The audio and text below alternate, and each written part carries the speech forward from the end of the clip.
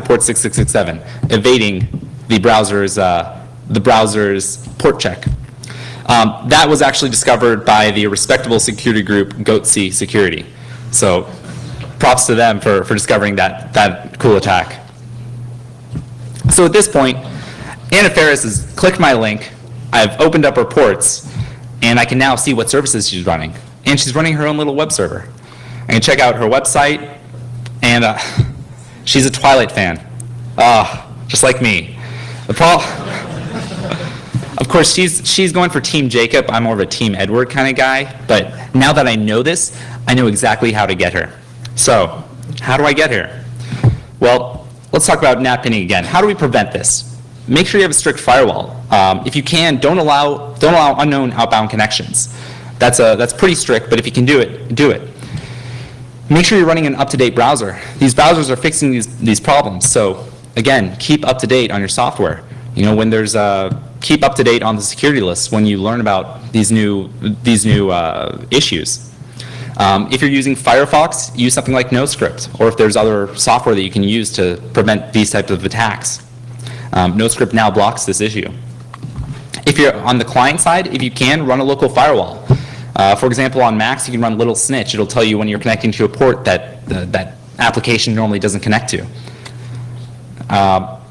So really, you just want to use multiple layers of protection, like I would use with Anna. So at this point, I can send her a message and I say, hey, you know what? This Sammy guy is great. You need to meet him. He's an awesome person. He'll come over later. Now, I would ask her where she lives, but I can't do that. I'm pretending to be Robert. He obviously knows where she lives. So how do we do that? Well, the moment you've all been waiting for. XXXSS. We're going to use XXXSS to locate Anna Faris. All right, so how do we do this? First, Anna visits our malicious site, which I sent her in that Facebook message. After that, the XXXSS scans her local network for the type of router she uses. Well, how do we do that? It's easy. You can create some hidden iframes, or you can do this a number of ways. Look for specific IP addresses and CGIs or applications that we know that exist on each type of router. For example, a Belkin has this setup.cgi on 192.168.2.1.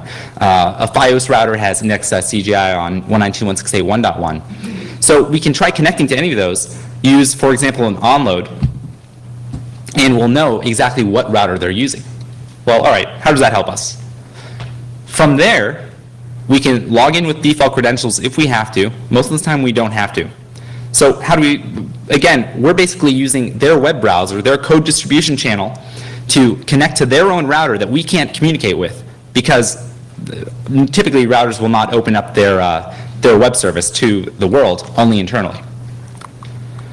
Now, here is an example of actually logging into a router with default credentials. Most people don't change their default credentials on their routers.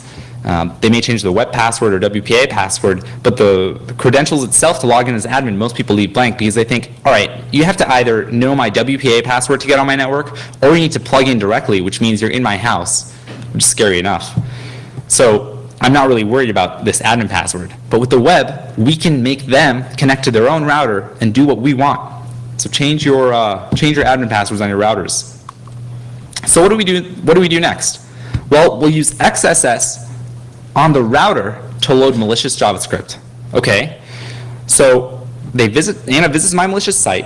It determines what router she has. It then loads this XSS on her router, because now I know what kind of router she's using, to then load in malicious JavaScript that I'm hosting. All right, so what does that JavaScript do? The JavaScript uses AJAX to acquire the MAC address of the router. All right, so the MAC address. The MAC address is basically the hardware address that all network devices carry. It's how you communicate within a LAN.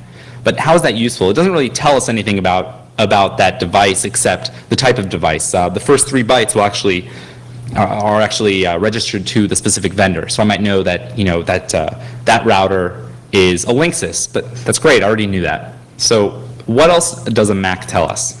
Well, it's easy to find out why. Just Bing it. Here, I'll help you.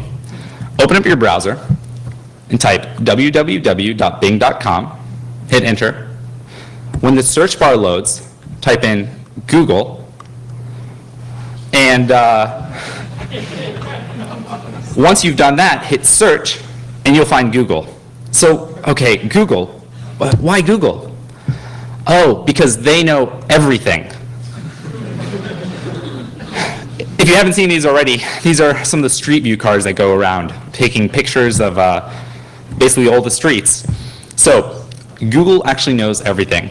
How does this relate? What does Google have to do with MAC addresses, have to do with Street View? Well, there's something really interesting about these Google cars. While they're driving around and they're taking pictures of your streets, of your homes, they are also collecting Wi-Fi data. Now, recently there was a big fuss about all this unencrypted Wi-Fi data that they're collecting. Well, that's completely unrelated. Despite all that data, if they were to trash that data today, they're collecting other data that no one really does care about. They're simply collecting MAC addresses and running GPS coordinates as they're driving around. So they're driving down the street, they see what their GPS coordinate is, they know exactly what it is, and then they see a network called Linksys. They say, oh wow, the strength is pretty low, and then they're driving and driving and driving, the strength gets higher and higher, and stronger and stronger and stronger, the GPS coordinates keep changing, and then it gets lower and lower and lower, the strength of the Linksys network. They've now just figured out approximately where that Linksys network is.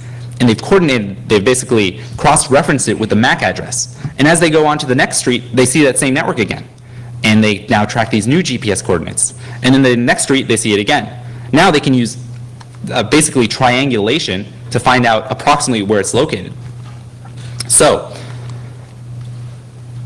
what can we do? Well, if you haven't seen already, HTML5 has basically a geolocation feature, and a couple of browsers are starting to implement this.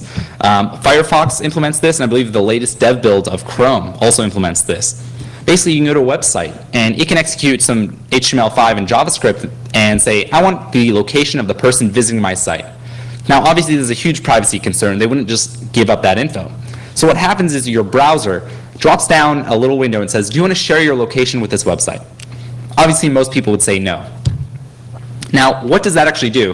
When you do hit share location, yes, I want to share my location, it creates this HTTP post, it sends it to Google, and it includes the MAC address of your router. Again, they've cross-referenced that MAC address with the Street View cars that are driving around and the exact location.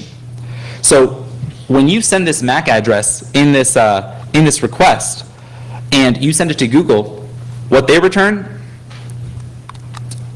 Jack Bauer level triangulation. Exactly where you're located. Now, I was a little unsure, how accurate this would be. So I actually compared it to my own, to basically this own router that I owned. And I compared the coordinates that I received to the actual address.